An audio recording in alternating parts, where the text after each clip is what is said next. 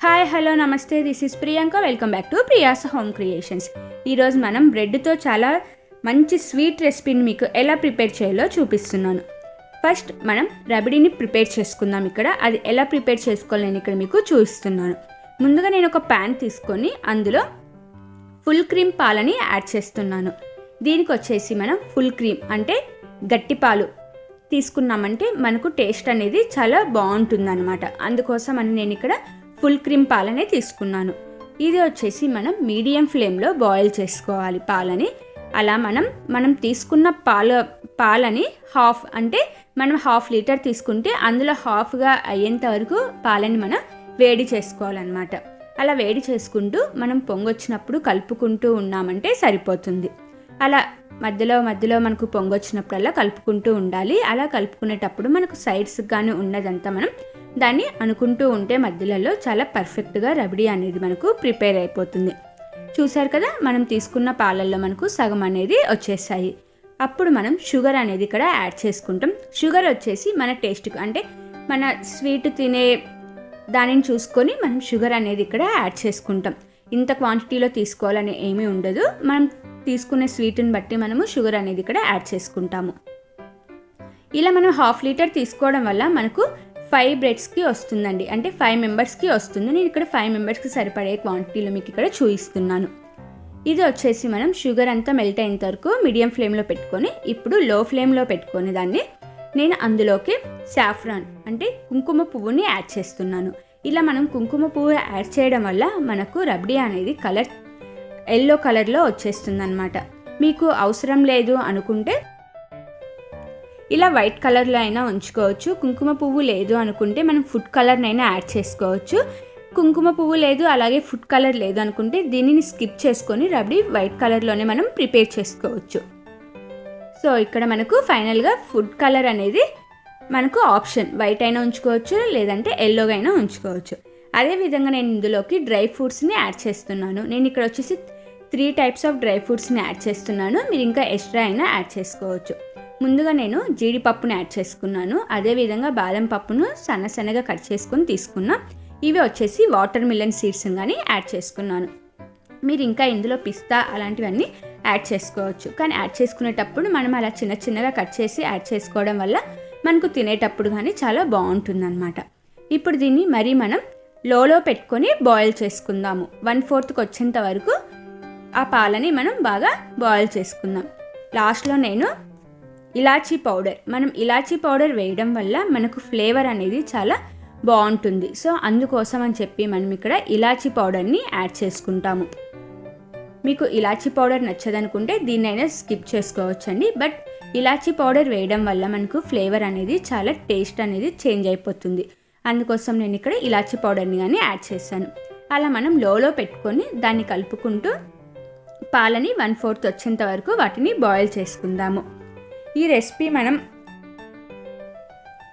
చాలా ఈజీగా ప్రిపేర్ చేసుకోవచ్చండి. అలాగే మీరు కానీ ఈ రెసిపీని మొత్తం చేసిన తర్వాత తిన్నారంటే చాలా బాగా ఇష్టపడతారన్నమాట. సో మనకు దివాళీ వచ్చేస్తుంది కదా, ఇలా డిఫరెంట్ టైప్స్ ఆఫ్ స్వీట్లను చేసుకుంటూ ఉంటే చాలా బాగుంటుంది. అలాగే మనకు ఎవరైనా ఇంటికి గెస్ట్లు వచ్చినప్పుడు కానీ చాలా ఈజీగా ఈ రెసిపీ అనేది మనం ప్రిపేర్ చేసి వాళ్ళకు పెట్టొచ్చు. అలా మొత్తం మనము 1/4 వచ్చేంత వరకు వాటిని కానీ బాయిల్ చేసుకుంటాము. ఇప్పుడు నేను ఫ్లేమ్ ఆఫ్ చేసుకున్నాను. దానిని మనం పక్కన పెట్టుకొని 1 అవర్ దాన్ని చల్లార్చుకుందాము. ఇప్పుడు ఇంకో ప్యాన్ తీసుకొని నేను అందులో 2 టేబుల్ స్పూన్స్ నెయ్యిని యాడ్ చేసుకున్నాను. ఇక్కడ మీరు నెయ్యి అయినా తీసుకోవచ్చు లేదంటే బటర్ని అయినా తీసుకోవచ్చు అండి. నేను వచ్చేసి నెయ్యిని తీసుకున్నాను. అలాగే 1/4 కప్ పాలని యాడ్ చేసుకున్నా. ఇక్కడ పాలు వచ్చేసి మనకు ఫుల్ క్రీమే అవసరం లేదండి, నార్మల్ పాలైనా మనం ఇందులోకి యాడ్ చేసుకోవచ్చు. వాటి రెండిటిని మనం బాగా మిక్స్ చేసుకొని ఒకసారి బాయిల్ చేసుకుందాము. మనం ఇందాక చేసుకున్న రబడీ అనేది మీరు ఫ్రిడ్జ్లో అయినా పెట్టుకోవచ్చు. అంటే మీరు బాగా కూల్గా తినాలి అనుకుంటే 1 అవర్ ఫ్రిడ్జ్లో పెట్టుకోవచ్చు. మనకు కూల్నెస్ అవసరం లేదనుకుంటే దానిని బయట పెట్టైనా తీసుకోవచ్చు. బట్ ఫ్రిడ్జ్లో పెట్టేటప్పుడు మాత్రం ఫ్రీజర్లో అనేది పెట్టకూడదు, నార్మల్ ఫ్రిడ్జ్లోనే మనము పెట్టుకోవాలి. ఇప్పుడు నేను అందులో మనకు పాలు అలాగే నెయ్యి వేడెక్కిన తర్వాత నేను ఇక్కడ పాల పొడి అంటే మిల్క్ పౌడర్ని యాడ్ చేసుకుంటున్నాను. ఇలా మిల్క్ పౌడర్ని యాడ్ చేసుకొని మనం లంప్స్ అనేది లేకుండా బాగా మిక్స్ చేసేసుకుందాం. నేను ఇది వచ్చేసి ఏం ప్రిపేర్ చేస్తున్నానో మీకు చెప్పలేదు కదా, అది వచ్చేసి ఇది మావా అంటే కోవాని ప్రిపేర్ చేస్తున్నాను అనమాట. చూసారు కదా, మనం ఇంట్లోనే కోవాని కానీ చాలా ఈజీగా ప్రిపేర్ చేసుకోవచ్చు. మనకు పాలు అలాగే మిల్క్ పౌడర్ ఉందంటే చాలా ఈజీగా మనం ఇంట్లోనే కోవాని కానీ బాగా ప్రిపేర్ చేసుకోవచ్చు. ఇది ప్రిపేర్ చేసుకునేటప్పుడు మనం మొత్తం లోనే పెట్టుకొని ప్రిపేర్ చేసుకుంటామండి, ఎందుకంటే లంప్స్ అనేది మనకు ఎక్కడ రాకూడదు. సో అందుకోసము కంటిన్యూగా దాన్ని తిప్పుతూ మనము కోవా అనేది మనం ఇక్కడ ప్రిపేర్ చేసుకుంటాము. అలాగే ఇందులో వచ్చేసి షుగర్ మన ఆప్షన్, మనకు స్వీట్ ఎక్కువ కావాలనుకుంటే షుగర్ అనేది యాడ్ చేసుకోవచ్చు. మనకు షుగర్ అవసరం లేదు, ఆల్రెడీ మనము రబడీలో వేసుకున్నాం కాబట్టి సరిపోతుంది అనుకుంటే మనం కోవాలో షుగర్ అనేది మనం స్కిప్ చేసుకోవచ్చు.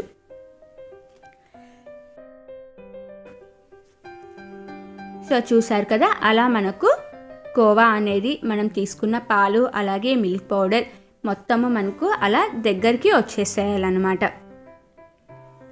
ఇది మొత్తం మనం లో ఫ్లేమ్లోనే దీన్ని కుక్ చేసుకుంటాము.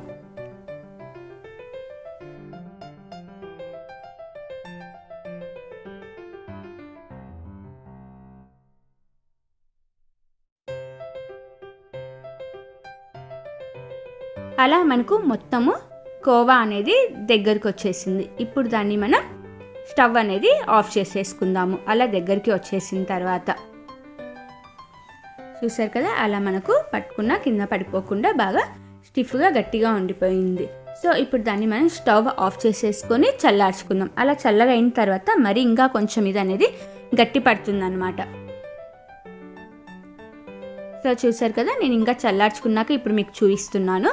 అది అనేది ఇంకా మనకు బాగా గట్టి అయిపోతుంది. చల్లారే కొద్దీ మనకు కోవా అనేది పర్ఫెక్ట్ కన్సిస్టెన్సీలోకి వచ్చి మనకు నీట్గా వచ్చేస్తుంది. అలా మనం ఈజీగా ఇంట్లోనే దీనిని ప్రిపేర్ చేసేసుకోవచ్చు.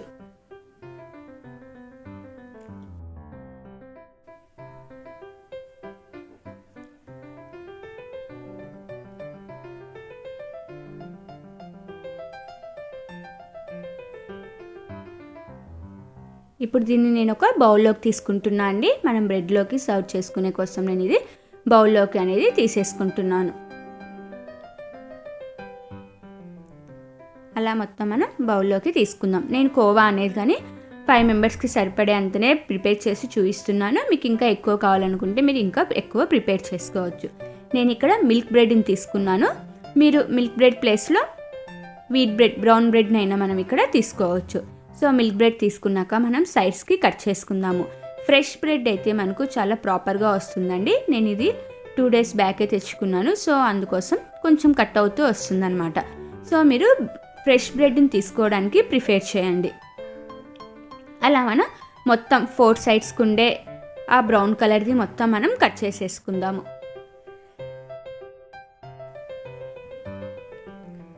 అదేవిధంగా నేను మిగిలిన 3 పీసెస్ కానీ కట్ చేసేస్తున్నాను, ఎక్స్ట్రా ఉన్న పార్ట్ మొత్తము.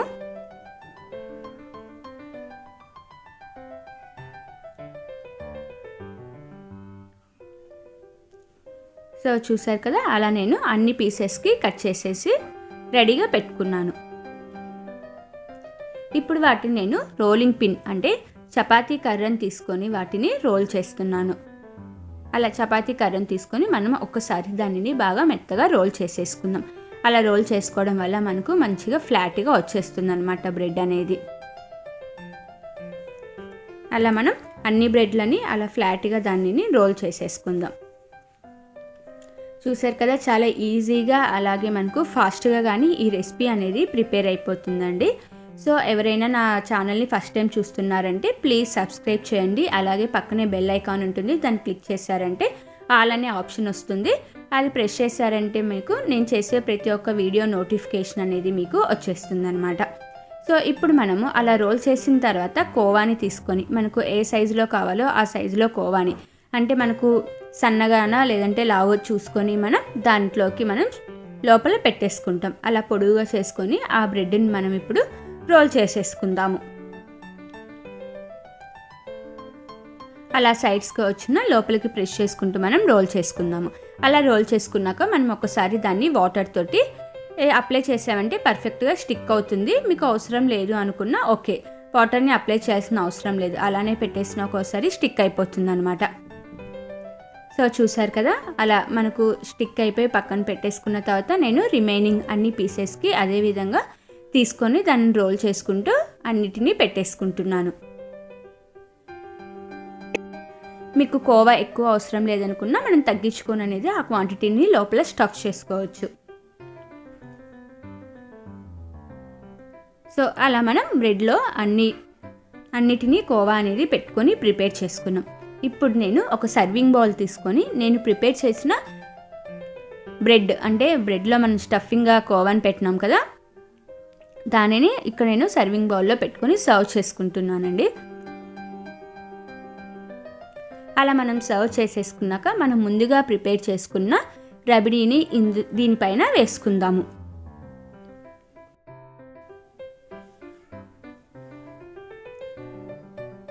సో ఫైనల్గా మనకు మలై బ్రెడ్ రోల్స్ అనేది ప్రిపేర్ అయిపోయాయి.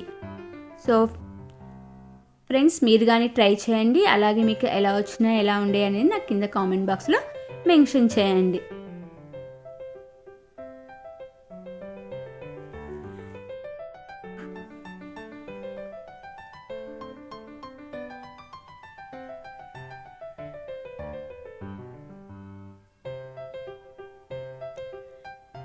అలాగే నేను చెర్రీస్ తోటి వీటిని డెకరేట్ చేసుకుంటున్నా అండి.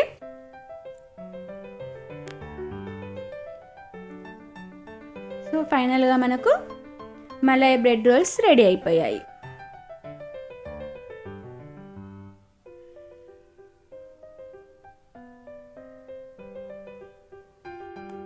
Thanks for watching my video friends.